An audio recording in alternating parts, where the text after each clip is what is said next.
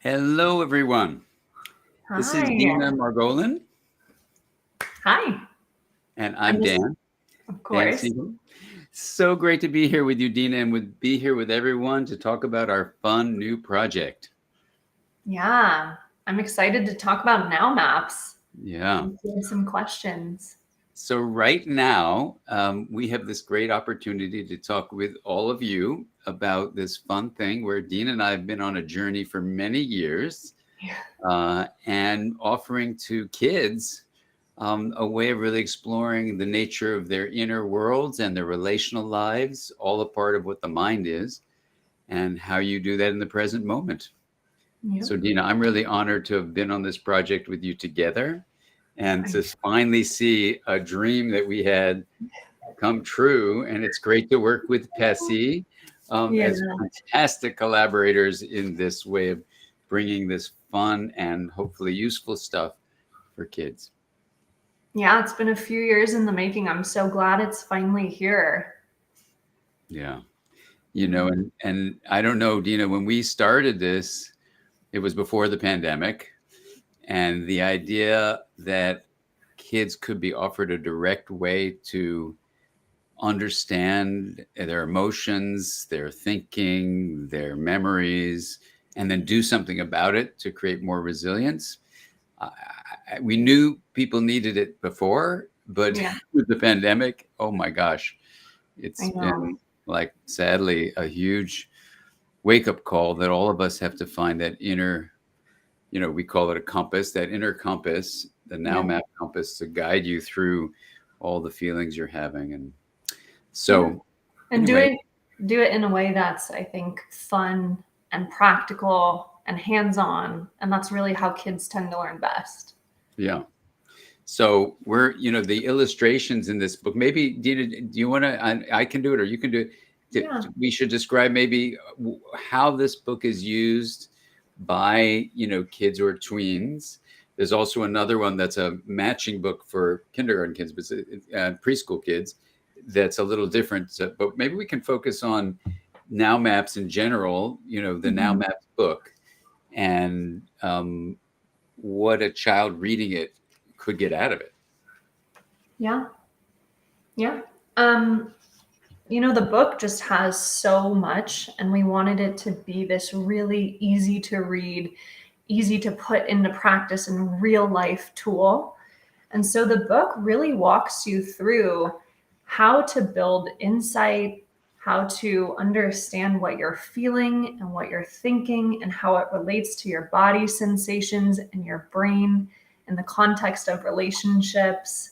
So the different sections will walk a kid through how to really build tools to understand what they're experiencing and make sense of it, and then coping skills to handle kind of tougher situations without going into a shame spiral or beating themselves up.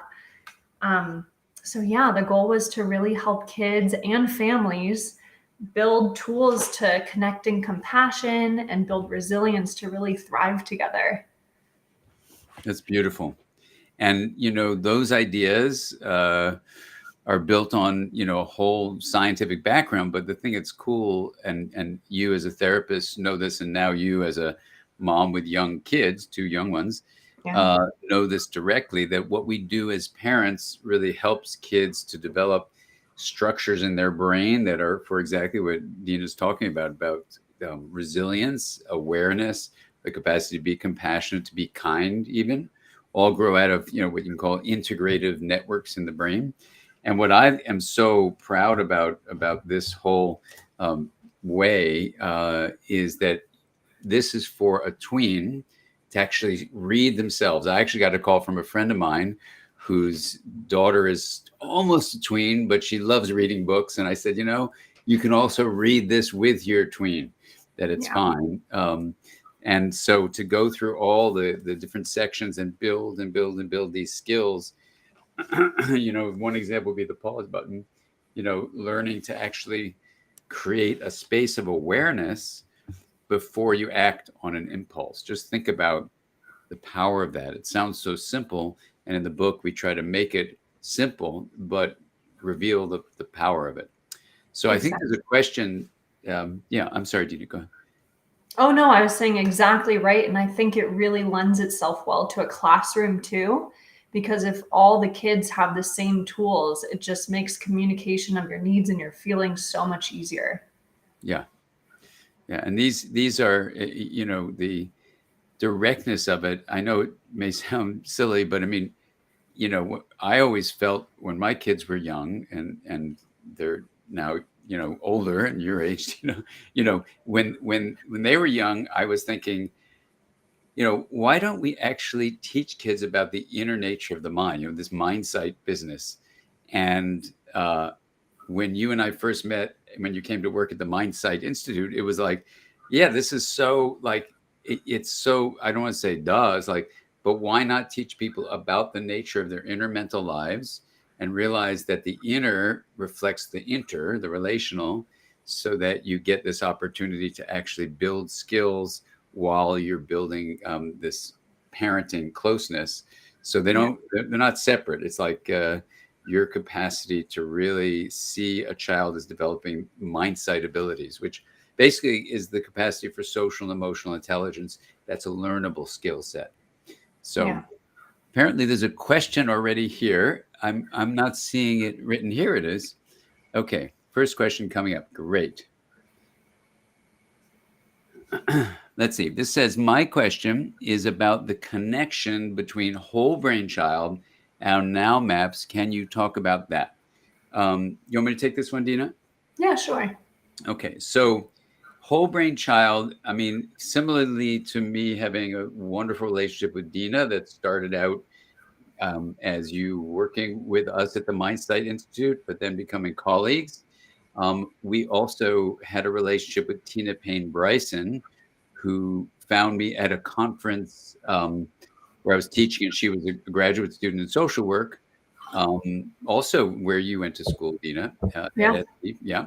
So she said, "Can I work with you?" And I said, "Well, the only problem is, and I graduated from USC as an undergraduate. I said, I'm a clinical faculty at UCLA, so you're going to have to do the flight across the campuses." And she said, "Oh, I'll figure that out." So she started as my student. Then in workshops, it was really clear she was an incredible teacher. And then she had a 6-month-old when we met, and she was applying the mindsight approach to understanding how to raise children with what's called integration at the heart of it, to raising her first child, then her second son, then her third son. And so as she was doing this, she was also becoming a teacher uh, of interpersonal neurobiology, this framework that the Mindsight Institute is like the brick and mortar home for that. We combine all the sciences into one field. So I had written a book called The Developing Mind, which is a graduate school textbook. And she was studying that. And then I was actually writing the second edition of that, so revising the first edition. And she said, what do you think about translating that further than parenting from the inside out? Because I had done a translation of The Developing Mind for parents in Parenting from the Inside Out with Mary Hartzell, who is our daughter's preschool director. And so because Parenting from the Inside Out was written with Mary Hartzell, then it became natural to say, okay, let's take it the next step and look at these domains of integration that were talked about in The Developing Mind. So it was a mindsight approach to how to cultivate integration for parents to work with children. So Tina Payne Bryce and I wrote Whole Brain Child together. We wrote the No Drama Discipline together. We wrote the Yes Brain together. Then we wrote The Power of Showing Up together. And all of that stuff basically took interpersonal neurobiology and a mindsight approach to parenting and translated into very practical things that parents could use. And then Deena was a part of the journey during all of that and was saying, hey, that's cool stuff, what you do with Tina, what you did with Mary Hartzell. What if we do that directly for children? And even though Tina and I had these little pages in those books I'm talking about, like Whole Brain Kids and stuff, this would be like a whole book. And so we said, let's do it. And so, we took the Mindsight ideas from the Mindsight Institute, grounded in the interpersonal neurobiology cross-disciplinary science framework, summarized in The Developing Mind. And basically, I mean, I guess you could say you could translate the graduate school textbook, The Developing Mind, for a child to read and make practical. So if someone says, where's the science behind NowMaps? You can hand them the 500-page, Yeah. Developing Mind textbook, third edition, and say, here, read this, thousands of references, only it makes it fun and accessible. So the question, what's the connection between a whole bunch of, so they both come from the mindsight way of thinking, looking at integration as health, and really empowering the individual. In this case, Deena and I, really wanted a child to be empowered, and that's what NowMaps is all about. So it's a mindsight building book directly for tweens. I had written a similar book myself for adolescents called Brainstorm. And so in a way that was written directly for someone in their teens and 20s. This would be a book for tweens. The NowMaps and NowMaps Junior is for younger kids, for preschool kids. And just to add too, I mean, just as a therapist, I and we could see this resource that we wished existed to really help our kids build this mindset, awareness and these skills and coping skills. And it just didn't exist. And so, yeah, we put it into motion and made it ourselves. But I think it was a really important piece, not only for a therapy setting where we're building skills, but also just proactively to have at home from the start, so you can build that foundation with your child and your family. Yeah. And Deena, you do this with your wonderful, Big Little Feelings, which is fantastic. Congratulations on that wonderful conversation you're having with so many people. But how, and this I'm putting you on the spot a little bit, but how has it been now? Because when we started, when you came to the Institute and were working with us, you didn't have kids. You weren't even married, and so, so you were a single person in the world developing your career. Then you met your wonderful husband. I mean, he wasn't your husband when you met him, but he became your husband. With a great wedding that we were able to go to, which was beautiful. Yeah. And now you have 2 kids. How has this informed your own parenting to have the science basis of this interpersonal neurobiology mindset framework for what guides you and Michael to actually be parents?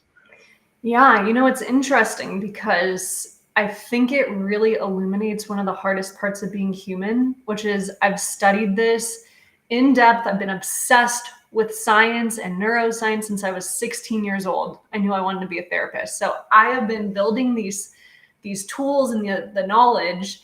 And then when you actually become a parent and you're put in the situations where your kid is screaming and no matter what you say or do, they don't stop, right? It really tests you. And I think the one thing that has really helped is to have these skills and this knowledge, not only of what to do as a parent, but also how to have compassion with myself, how to proactively, handle tough emotions. And so that's been really, really nice. And I really do wish, I didn't grow up in a family where they did the Big Little Feelings approach and the NowMaps approach. And I really wish that we had had those skills as a family growing up. I think things could have been a lot easier. We would have known how to communicate with each other. And I would have known, just as a tween and going into a teen, how to handle certain really hard life situations a little more constructively. But as a parent, I do use these tools just all the time. And it's so nice. That's fantastic. Yeah. And, Deena, there's actually a question straight for you and a wonderful comment. I don't know if everyone can read it, but maybe you want to read it so anyone who's not seeing I'm going to blush. It says, Deena, I love Big Little Feelings. You and Kristen are amazing. So Kristen is my partner at Big Little Feelings. Do you think the concepts in NowMaps align well with what you teach at BLF?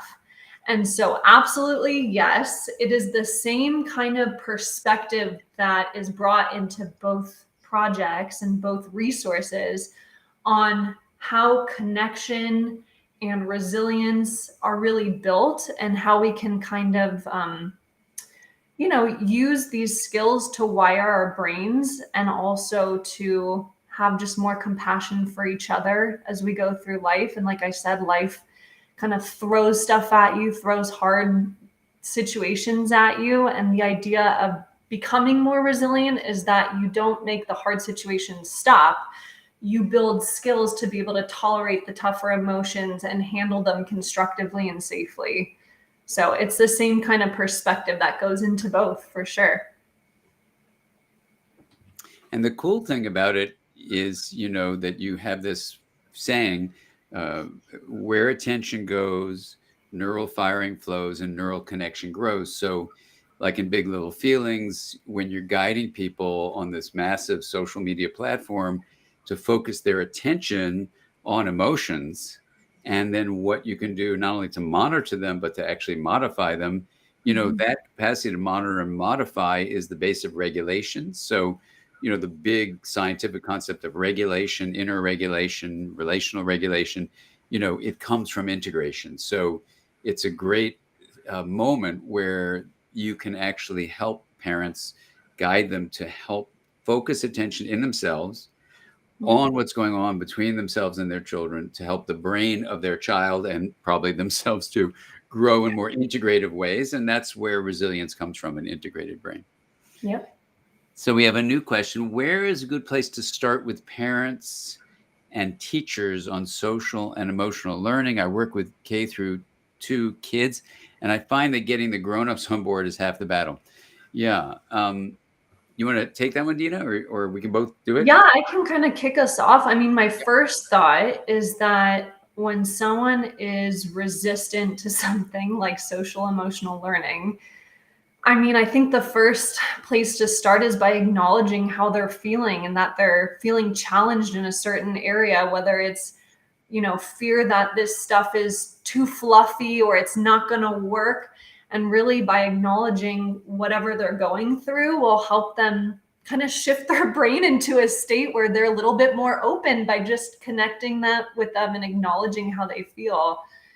And then from there, yeah, I mean, I've run into this personally in my career a lot, where the people who are not so on board with it kind of have this perspective that it's going to make your kids soft, or like a snowflake that's so delicate. By talking about feelings, they're just going to be so delicate that they fall apart. And when you really look at the science, it's the exact opposite. That by really embracing emotions, teaching our kids that all emotions are natural, they are normal, and the more you can do that and embrace them, the more your child can sit with the tough emotions rather than shut down, run away from them, and shift into kind of what we call in the book like a survival mode, where we can't think, we can't really manage our impulses. So when we learn to embrace our emotions without shame, without shutting down, that's actually where we can start to build this emotional bandwidth to be able to handle tough emotions and tough situations in relationships more constructively, with more well-being and thriving, really. Oh, that's beautiful. That's so beautiful, Deena. The one thing I would build on that for the resistant person, as you're dealing with that person or people, is when you look at social emotional learning and Dan Goleman's books, emotional intelligence and social intelligence were a part of forming the organization in Chicago that would govern social emotional learning in schools. And that became like the standard. And when Dan Goleman wrote in this book I wrote called Mindsight, that Mindsight was the basis of social intelligence and the basis of emotional intelligence. When you look at that word mindsight, it's everything Deena's so beautifully talking about. And for me, when I was in medical school and my professors didn't acknowledge the feelings, because they could have used Big Little Feelings, Deena, and everything you and Kristen teach, when they weren't acknowledging that in their patients who were being told they were dying, or in the students like myself who were feeling the suffering of those people with medical illnesses, and yet seeing professors who were mind sightless. They were super smart, but they were missing social emotional intelligence. Now, what's with that? So we're talking now the late 70s, where the words we had weren't so helpful. So when I dropped out of school because of this problem, and when I finally decided to go back, to the same institution, a research institution, I needed a word, I needed a concept to protect me. So I made up this concept of mindsight for, the idea that you have eyesight so you can see the physical world or see an X-ray or look at lab results like my professors could do. They had great eyesight, with physical intelligence, but they didn't have mindsight, and I just made up the word. So when I went back to school, for me, that word saved my life, because as I went through the hallways of the hospitals and the clinics, and I kept on seeing these really anti-role models, these human beings that were physicians, professors of medicine, super famous, super accomplished, big prizes they had, but they didn't treat people like they had an inner subjective experience. So when we say mind for mindsight, we don't mean, logic, like mind versus heart. Mind means anything that is in your subjective felt life, emotions, memories, beliefs, attitudes, longings, desires, hopes, dreams. Your consciousness is how you have subjective experience. All that is under the word mind. So mindsight says to that professor, something you've just told a person they're dying, that has meaning for them. Meaning is a subjective experience that is incredibly meaningful. And to ignore it, even though you can say it's not in a test tube, or you don't see it on an X-ray, is a serious problem and a violation, I think, of professional conduct. So, these are all mindsight skills you can teach. Yeah. And I think we have the next question. Maybe our last one. Here it comes. Great. Okay. Do you want me to read it? Okay. Sure. So, yeah, my 9-year-old client throws tantrums that honestly look like toddler-like. Thoughts on non-punishment interventions? Yeah. His age is adding to the shame response he gets from adults. Oh, yeah. I didn't see that part. Thank you. Yeah. Yeah. No, that's good. I think that's like a little added on. So this will be fun, Deena. We can both tackle this. Let's do it. Yeah. I mean, we're both therapists, and,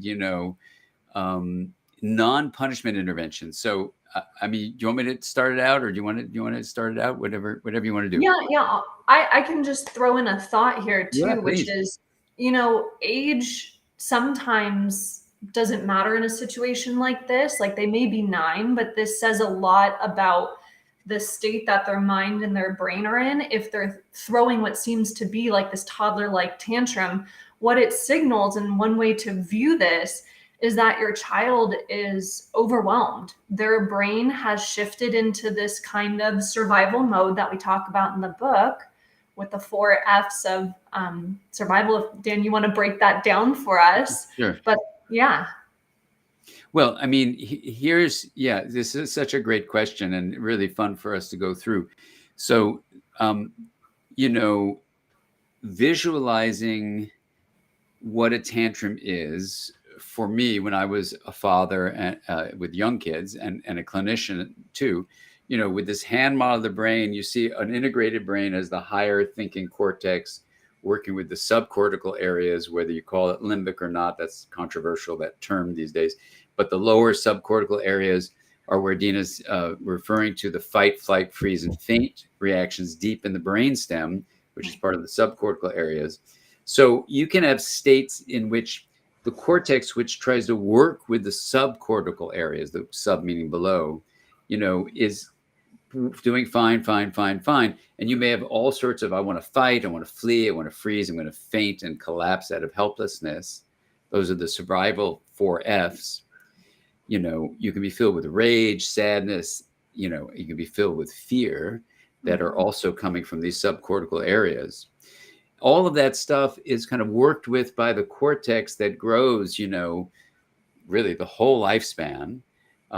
It's changing, but especially in the first 7 to 9 years, when it is really growing the capacity to sense what's going on below it, the cortex, work with it and say, oh, this is the feeling I'm having. And then literally squirt substances like GABA, gamma aminobutyric acid, from this prefrontal region to calm the irritated subcortical areas. So I had just such a client, and I think I talk about him in the book Mindsight, where you'll see working with his tantrums, which we called flipping your lid. So obviously the skull doesn't move, but the visual metaphor is very helpful. Flipping your lid, or flying off the handle, is when the prefrontal region, part of the cortex, is no longer coordinating lower areas.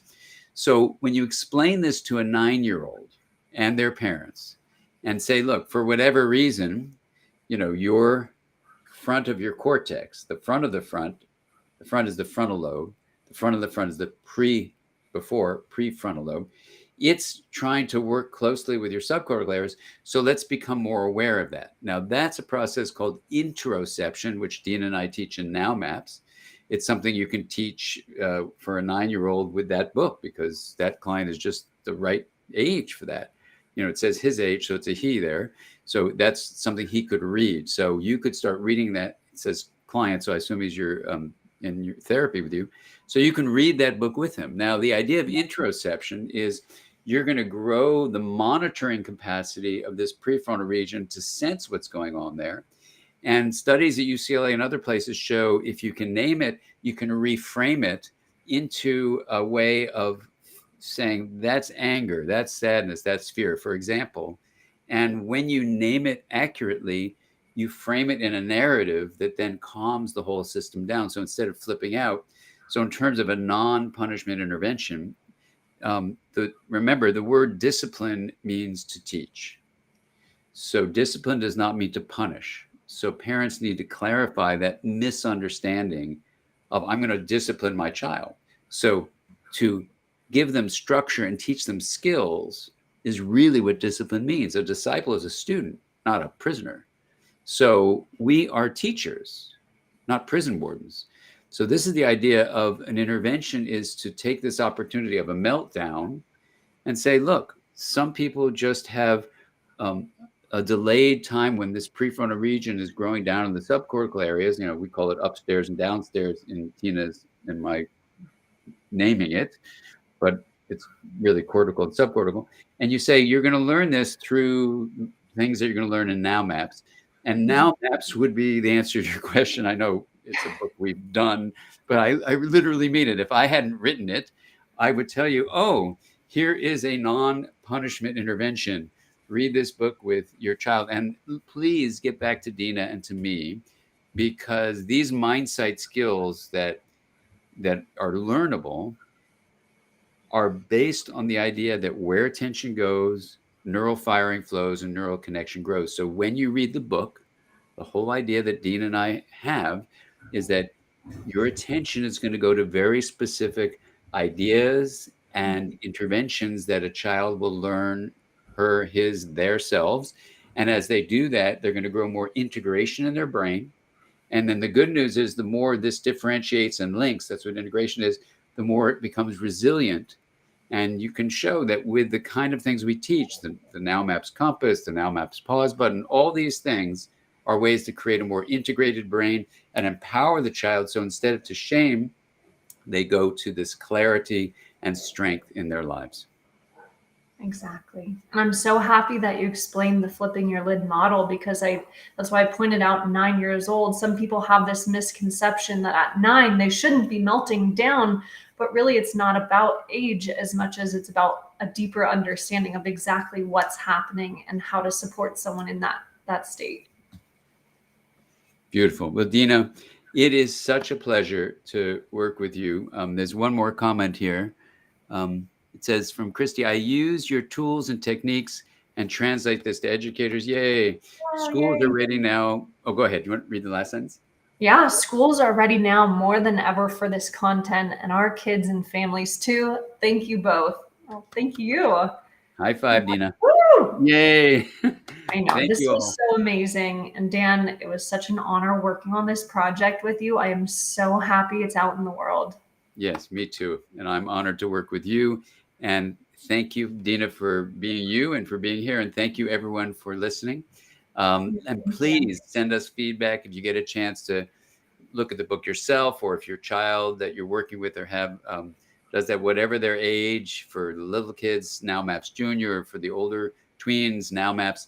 Let us know how it goes, because we really want to receive feedback. This is a conversation for us as a human family, and it's so wonderful to be on this journey together. Thank you, Deena, and thank you, everyone. Thank you, Dan. Thank you, Pesty. Thank you.